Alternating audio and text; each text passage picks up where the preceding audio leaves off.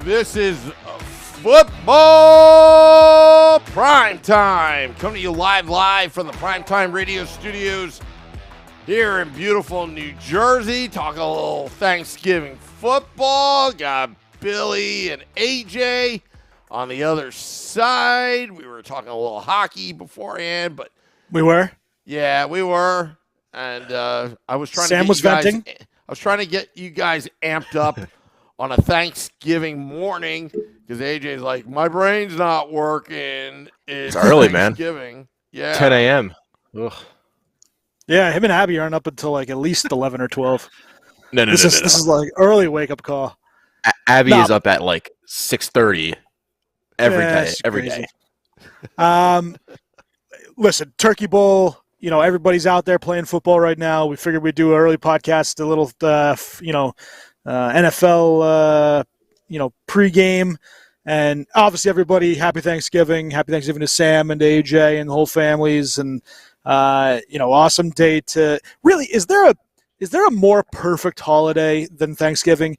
You think about it. For the fat slob like myself, it's food, it's drinking, and it's football. I mean, as long as you go through those three things throughout your day, it's golden. It's the perfect fat man holiday. Bill, I have to say, sorry to interrupt AJ, but you could. I think you enjoy being fat just like me. It's not a bad thing to be fat. I wish I was thinner, but yeah, in all my glory, I mean, when you can chow down and just enjoy turkey and,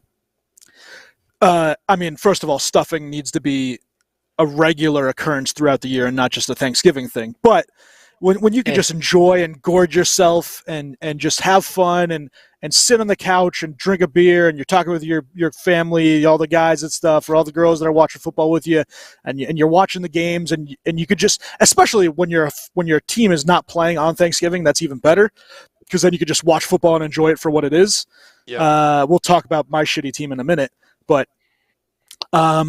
listen, Thanksgiving's the best. I love it. I don't think there's anywhere I would rather be, really a holiday that I would rather be celebrating than Thanksgiving. Yeah, you've got the real staple, though, of taking a nap. Oh, yeah, the nap. But, I mean, you're looking for those three things. It's Correct. Football, food, and beer. Yes. Also sprinkled in with the nap. Yeah, before the nap. Before the second dish of Thanksgiving. Yeah. Or that casual little walk you do, maybe at like 12 o'clock right before the food comes out, where you think you're losing like 500, 700 calories. You're really only, you lose like 20 calories because you do the little pregame walk and you feel good. Then you could just gorge yourself. You just do the little belly stretch. You get up and stretch. Well, did you know that the biggest year for Roto-Rooter is Thanksgiving? I'll figure that one. That's amazing. That's awesome. When you take a big dump like the New York Football Giants did on Sunday, you got Roto-Rooter too, and they don't sponsor this podcast, but the relief you get, the relief you get out of that after a Thanksgiving meal, and you're a little tired, you're a little sleepy, all that kind of stuff, and then the leftovers for the next 4 days. That you can really repurpose that turkey into pretty much anything. Yep. I say the Thanksgiving sandwich, right? It's the best part. Yeah. Yeah. A little mayo, turkey, stuffing. You throw the gravy on there, mashed potatoes, and all in white bread. It has to be white bread because you don't want the vessel to be flavorful. That's what the middle insides are for. But yeah, nice. Oh, I can't wait till tomorrow. Actually, that's the best. Yeah, the Thanksgiving leftovers, or a turkey leg to gnaw on because nobody wanted it. You just rip that off and. Yep. I'm not a big. You're just walking around with a turkey leg. You're not. No. Yeah, I like. Oh yeah, they sell them like hotcakes down at Disney World. If you ever. Oh yeah, but that's different though. Those are like fried galore. Those are delicious. But like I don't know. I feel like this. The turkey that you just normally cook with that leg. It's all right. Nope. You like dark meat or white meat? No, you got to go for the breast meat. The white, the breast meat is best. Yeah, I'm usually a breast meat guy too. But I'll definitely give it I'm Asian. I eat the whole thing, so it's all good to me. So I'm all the above. But yeah. All right, Sam. I'm going to get myself, all worked up and hungry in a minute, but let's talk about your New York Giants. And before we get to my team, which I got to rant again. Obviously, last week not ideal. You have a team come in that you're expected to beat in the Detroit Lions, and from start to finish, Detroit just kind of whips you. 31-18. Quarterback play. Daniel Jones actually threw for over 300 yards, which I was very surprised about. He had the 2 interceptions. One was real bad. The other one I didn't think was his fault. The touchdown, he runs a little bit.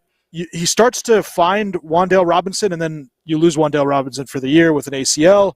So that sucks. He was your number 1 receiver. Where are you at as a Giant fan? At 7-3, if you don't make the playoffs, that's bad. But as a fan, you can't go into this being like, this is still a juggernaut team, which I don't think we ever thought it was. But this defense needs to carry this offense because it's starting to look jet-like. Well, number one, I mean, a lot of these pundits are talking about Daniel Jones, re-signing him. Should they not? But when you look across, the hall, the New York Jets, at least Daniel Jones takes responsibilities for his own actions, right? So, number one. And number two, I think they should re-sign Daniel Jones because it takes a special quarterback to play in New York and deal with the media pressures, all that kind of stuff, and say the right things. And Daniel Jones does all that because all you have to do is look across the hall and what could happen if you don't have a quarterback like that.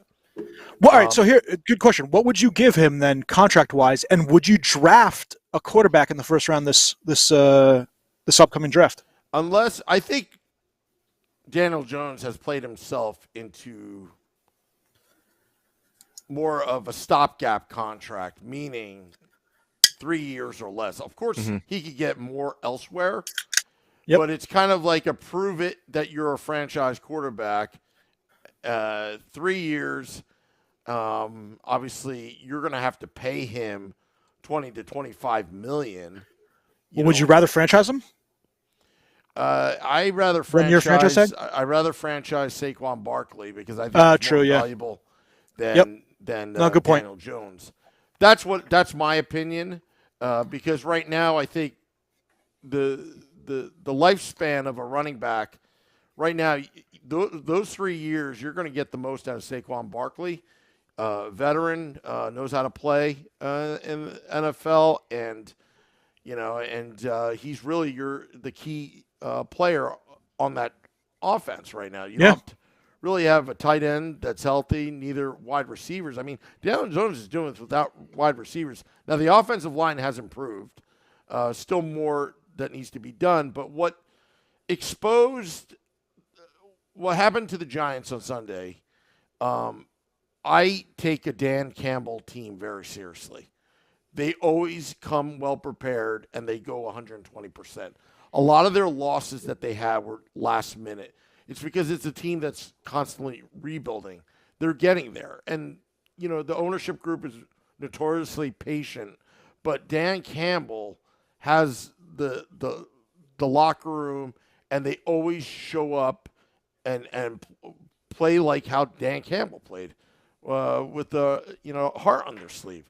So I'm not surprised that they lost that way, but it exposed that they don't have any wide receivers. If they're losing by 2 scores, and it takes Saquon Barkley's running out of the playbook, it's a recipe for disaster.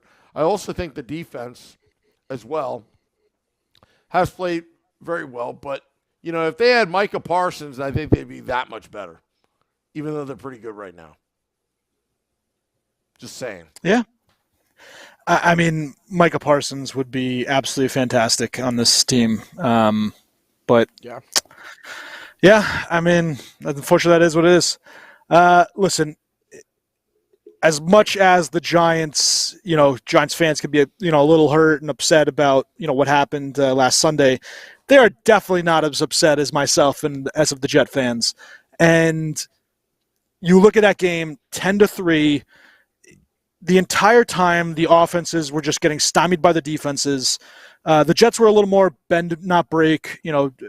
Mac Jones was threw for like 250 yards or something like that. But they stopped them when they needed to, and they were able to hold them to just a field goal. 2 missed field goals, one with a doink.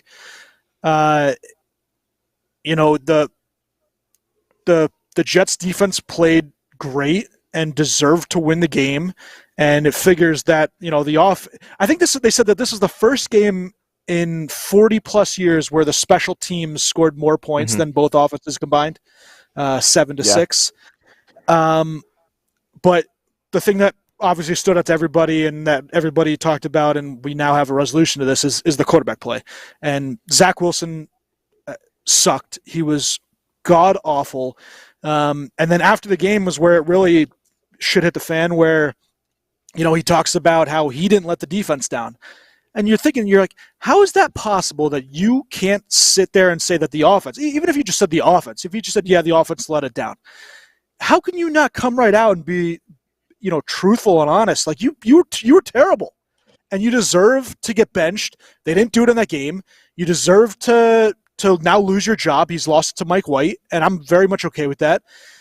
Mm-hmm. It's just, I'm so frustrated with the quarterback play of this team over the years. And, finally we have a team, and that defense is so goddamn good. And the wide receivers, they have skill position guys. Elijah Moore he was targeted a little more this game. And for some reason, Zach and him have now, a negative relationship. And Garrett Wilson, I'm actually happy he went off on the team. I like seeing that from my players. I don't want you guys to go in, oh, yep, we're going to work on this for next year. No, be pissed off that you guys sucked. And the defense liking tweets and then saying they just miss like things. No, own up to it. You're pissed off because your offense screwed you out of a win. You guys played well enough to get a win. You took Bill Belichick's offense and you shoved it right up his butt, and you guys played fantastic.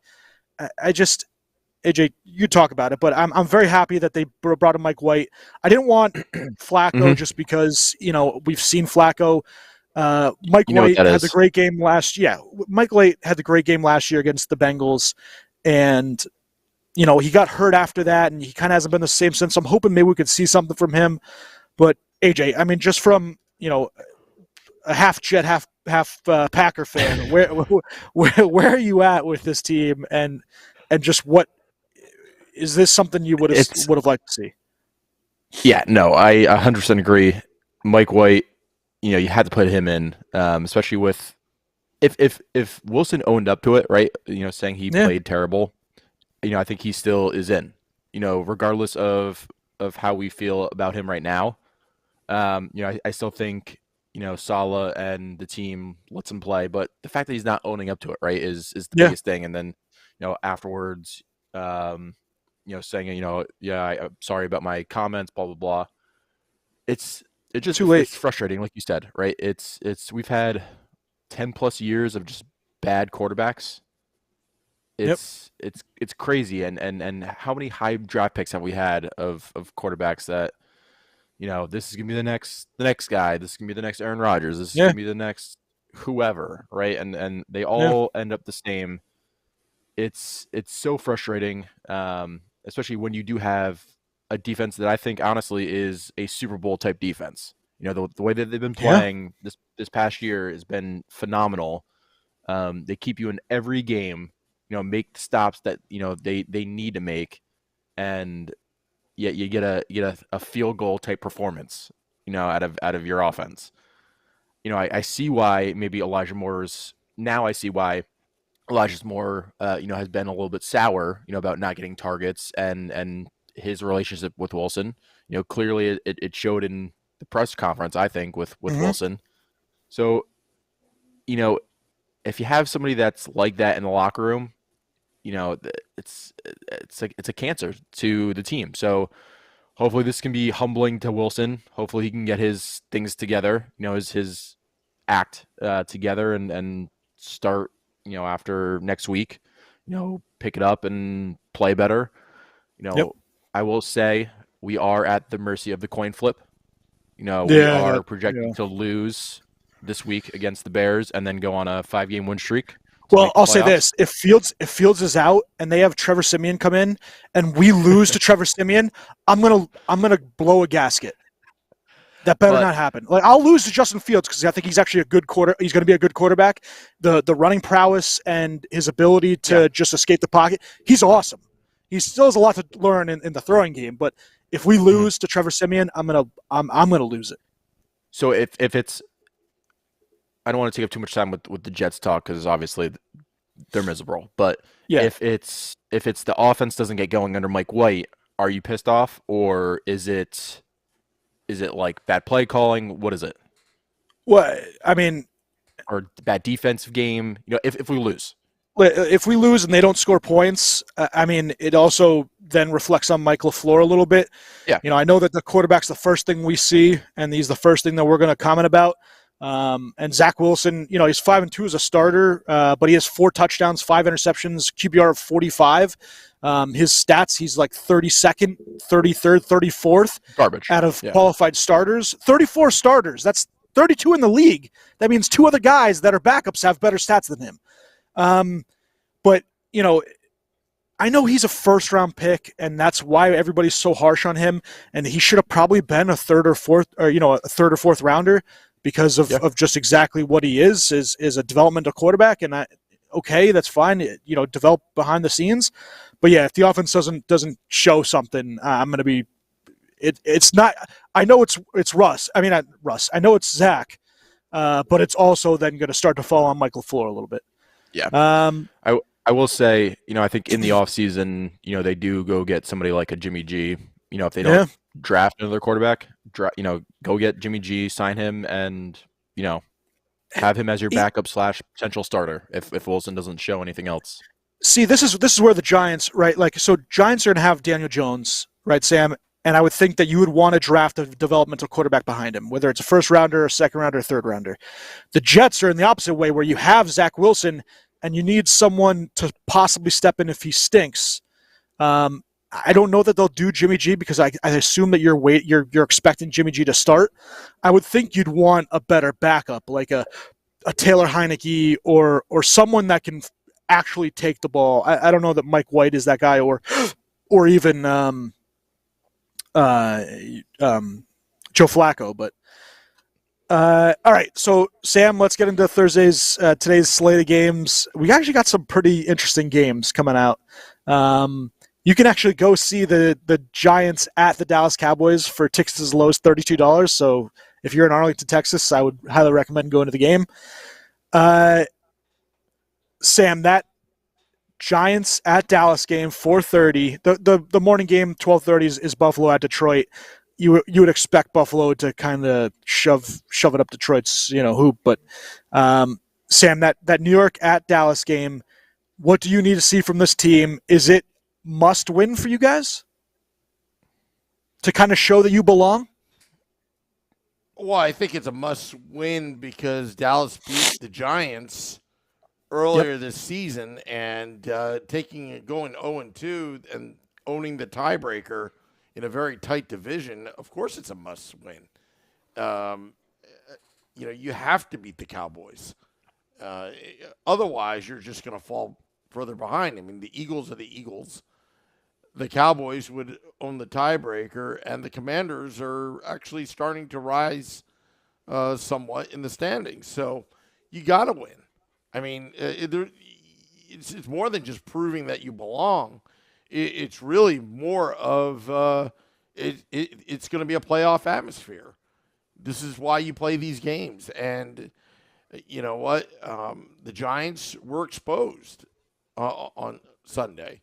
So if Dallas comes out to a 14, 21-point lead, and you're going to force Daniel Jones, no fault of his own, to throw to a practice squad, it's game over. They got to get Saquon Barkley 35 touches, running the ball, running effectively, and keeping their defense fresh in order to contain Dallas. That's the key of the game.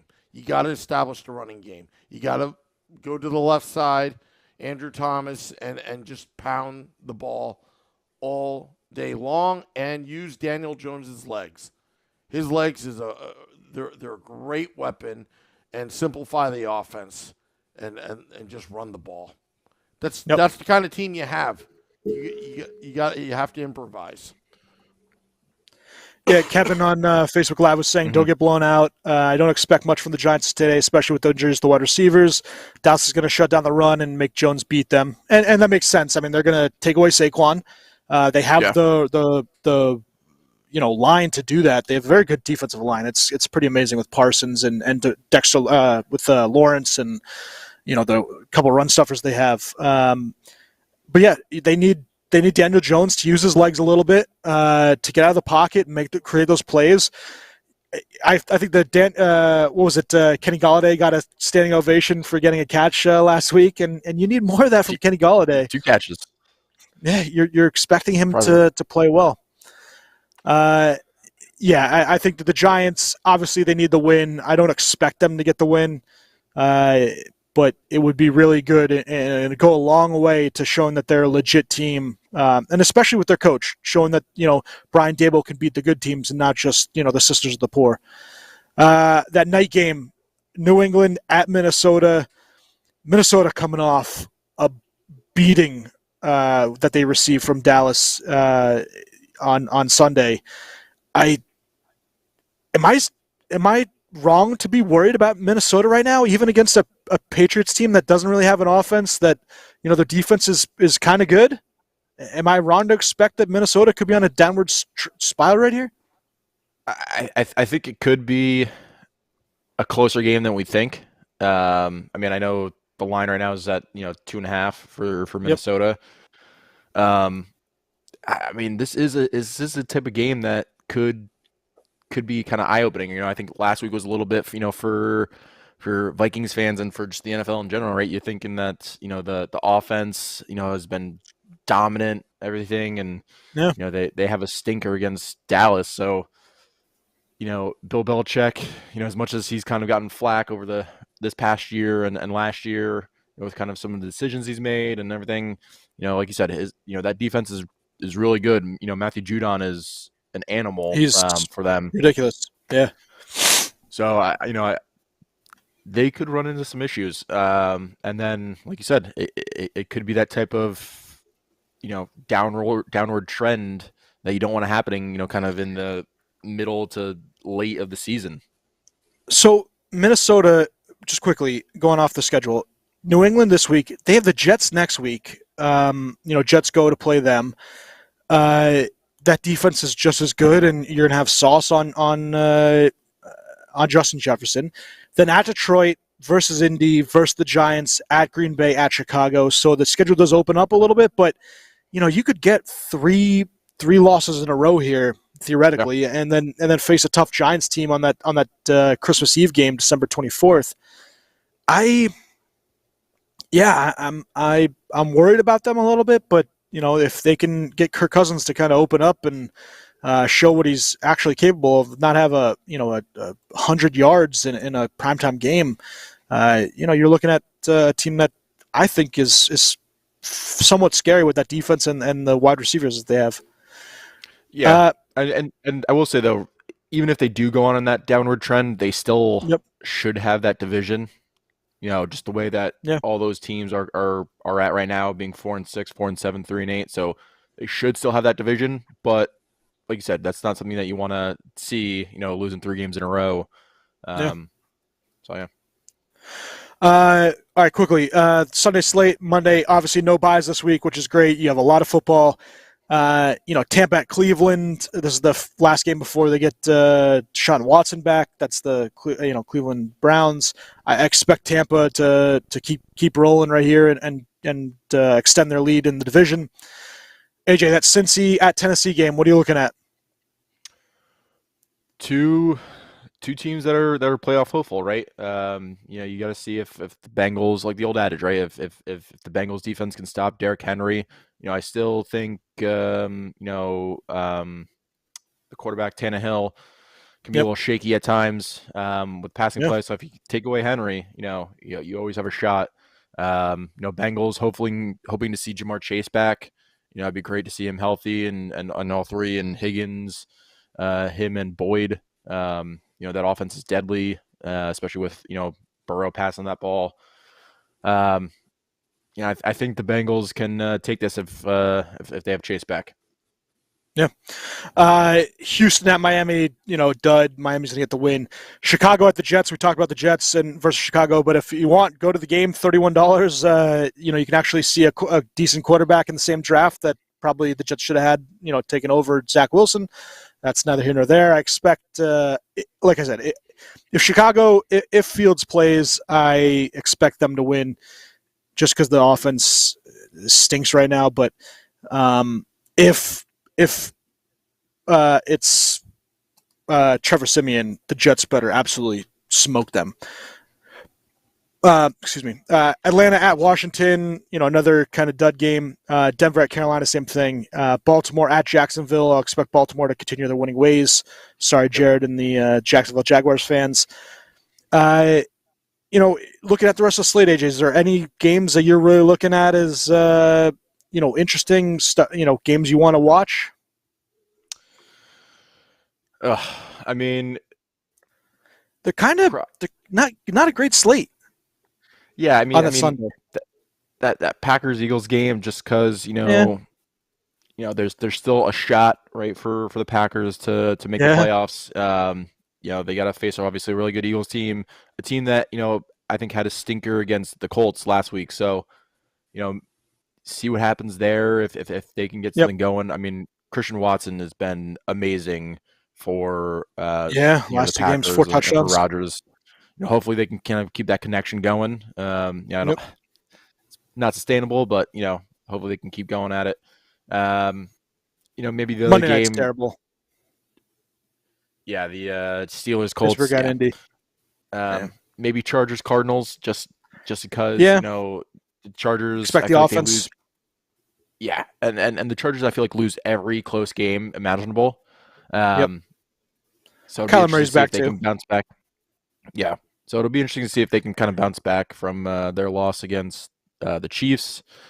See if New Orleans the New Orleans at San Fran, only because that defense, I want to see what San Fran can do against an elite defense. I think that's just fun.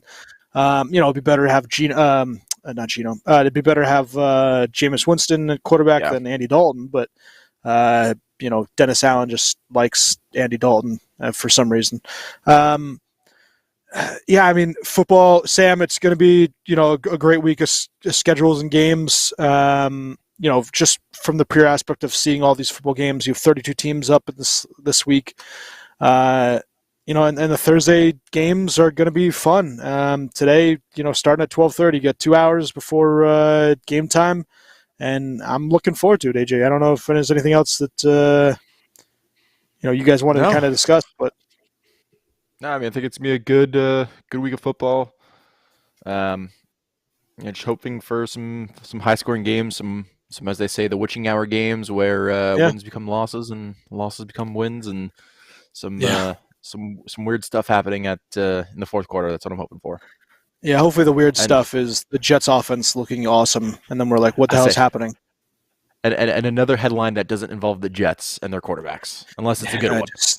I can't take this anymore. Like, the quarterback is just I didn't like him when they drafted him because I was so pissed off that the Jets, let Trevor Lawrence slip through their fingers by winning a meaningless game. And it's really on the organization because they should, the players don't really care about draft picks. They're going to go in there and play their all because they need to, play for a contract. And I understand that. But, there's so much stuff an organization can do to minimize that. And you let yourself out of potential. And I know that Trevor Lawrence doesn't look great in Jacksonville, and who knows what he would look like with the Jets. It's obviously meaningless. But just as Zach Wilson, I didn't see much from BYU. At BYU when he was there, and I just, you're when you go into a draft and you're looking at just the talent alone, and you don't really care about his overall what he did in college, or because I know he had a great senior season, but his junior season was terrible, and his sophomore season he was good, but he had injuries. The hype guys, and we saw this Vernon Golston, they never make it in the NFL. You want to see play on the field. You want to see them, lead big time offenses. And, you see, Justin Fields, once he gets a competent coordinator and they start to call the plays right for him, he's doing well in Chicago. And, unfortunately with the kid from San Fran that got hurt, Lance. the quarterback. Yeah, thanks, Trey Lance. The same thing would happen with him. He led a Wyoming offense that for only 4 games his last year, and that's just not. You can't say that gives you enough time to evaluate a quarterback. And if, like I said, if Wilson was a quarterback that they had drafted in the 3rd or 4th round, I'd be much happier with seeing him develop and all this stuff. And it just, that's the frustrating thing is what could have been. If they were able to evaluate, at that. Well, I mean, even at that pick, I'm trying to remember a couple of the guys who were there drafted right after. Obviously, we know about the quarterbacks, but there was, I want to say, a couple of Pro Bowlers right out here. So it's Trevor Lawrence, then Zach Wilson, then Trey Lance, then you had Kyle Pitts and Jamar Chase. And could you imagine a wide receiver the Jets had, or even the tight end? I know Kyle Pitts has been injured. I am well aware of that, and hasn't been looked great this year. But last year he looked awesome. And having a tight end in the Jets offense would be amazing. Let alone Jamar Chase or Jalen Waddle or a left tackle, which they don't seem to have because Mekhi Becton's a shithead and continually gets injured. Penei Sewell would have been great. J.C. Horn, another cornerback. Patrick Surtain, who's one of the best in the league.